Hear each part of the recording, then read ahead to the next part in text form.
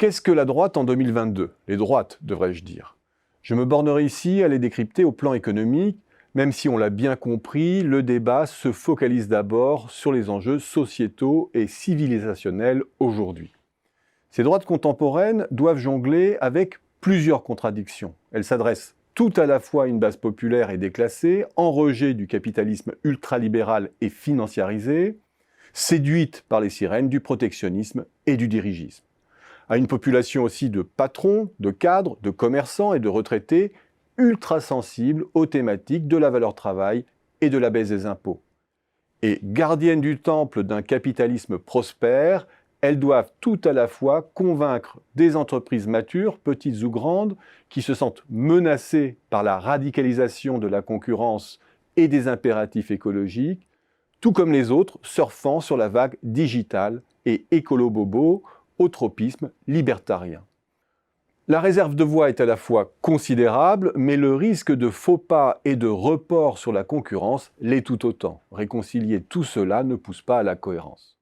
Plutôt que d'égrener les programmes, candidat par candidat, axons-nous sur 3 dimensions sur lesquelles est attendue la droite. L'offre, l'ordre, l'orthodoxie financière. Dans l'optique droitière, la promesse sociale n'est que le produit dérivé de la prospérité des affaires. Que proposent les candidats en matière de consolidation de l'offre? Dans une France qu'ils se plaisent à décrire en déclin, tous se rejoignent avec des modalités diverses sur 2 idées clés: la baisse amplifiée des impôts sur les entreprises et une politique active de commande publique. Mais tous, aussi conscients du risque de procès en cadeau fait aux entreprises, affichent des mesures fortes sur le pouvoir d'achat. Pour Valérie Pécresse, 10% de hausse des salaires jusqu'à 2,2 SMIC financés par la suppression des cotisations vieillesse, à quoi s'ajoute un minimum retraite au moins égal au SMIC.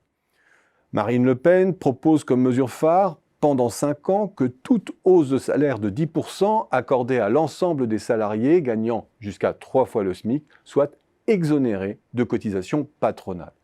À cela s'ajoute la réduction de la TVA sur l'essence, le fioul, le gaz et l'électricité, la nationalisation des autoroutes et la privatisation de l'audiovisuel public, avec à la clé la baisse des péages et la suppression de la redevance.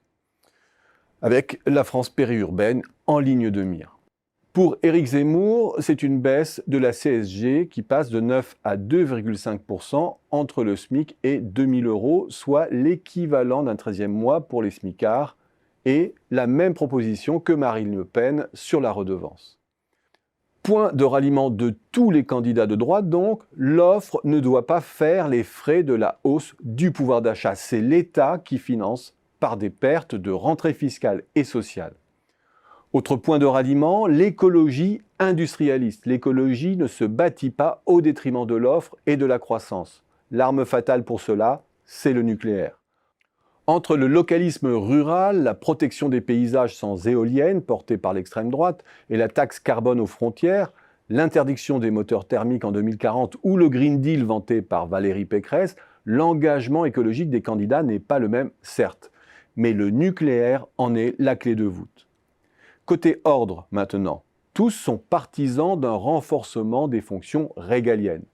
Mais ce n'est pas de cet ordre-là dont je veux parler, mais plutôt du désir de stabilité inhérent à beaucoup de votes droitiers.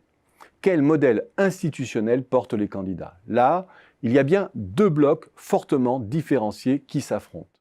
Valérie Pécresse prône la modestie française à l'égard de l'Europe, parle de renforcer son caractère protecteur aux frontières et de privilégier les alliances industrielles européennes et les commandes publiques, quitte à assouplir les règles de la concurrence.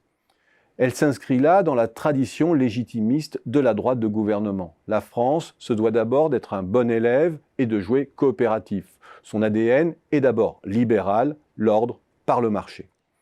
Du côté Zemmour et Le Pen, si l'un et l'autre ont renoncé au Frexit, l'un comme l'autre prône la désobéissance de l'intérieur et la transgression des engagements, avec pour modèle la Pologne ou la Hongrie.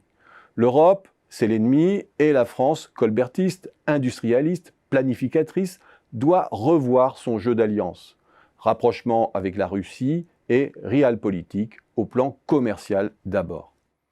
Ce camp renvoie toutes les contradictions de Trump, tentation protectionniste et libéralisme intramuros. On cherche cependant les mesures protectionnistes dures dans les programmes et on ne les trouve pas, ou pas encore. L'ordre par l'autorité et le primat de l'intérêt national, c'est la promesse de l'extrême droite qui risque de demeurer à l'état de rodomontade. Côté orthodoxie maintenant, la facture s'annonce lourde. La question du financement est clairement prioritaire chez Valérie Pécresse. Allongement de l'âge de la retraite, réduction de 150 000 des effectifs publics, fin des 35 heures, son autorité thatchérienne se fixe sur l'assainissement des comptes, reprenant le flambeau de François Fillon. À l'extrême droite, c'est la suppression des aides sociales non contributives aux étrangers qui fait office de poule aux œufs d'or, une manne très fumeuse que nul ne sait quantifier. Zemmour tente de crédibiliser son financement par l'allongement de l'âge de départ à la retraite et Marine Le Pen par la réforme de l'ISF. Mais les comptes n'y sont pas. L'orthodoxie financière, qui subordonnerait la France à l'ordre bruxellois, n'est pas prioritaire. Et Éric Zemmour préfère dramatiser un autre déficit, celui du commerce extérieur. De toutes ces droites, il ressort un constat pour la droite dans son ensemble. Elle s'est droitisée certes, mais piégée dans les contradictions du capitalisme contemporain, elle n'a jamais eu autant besoin des ressources publiques pour maintenir l'ordre social et la façade du libéralisme.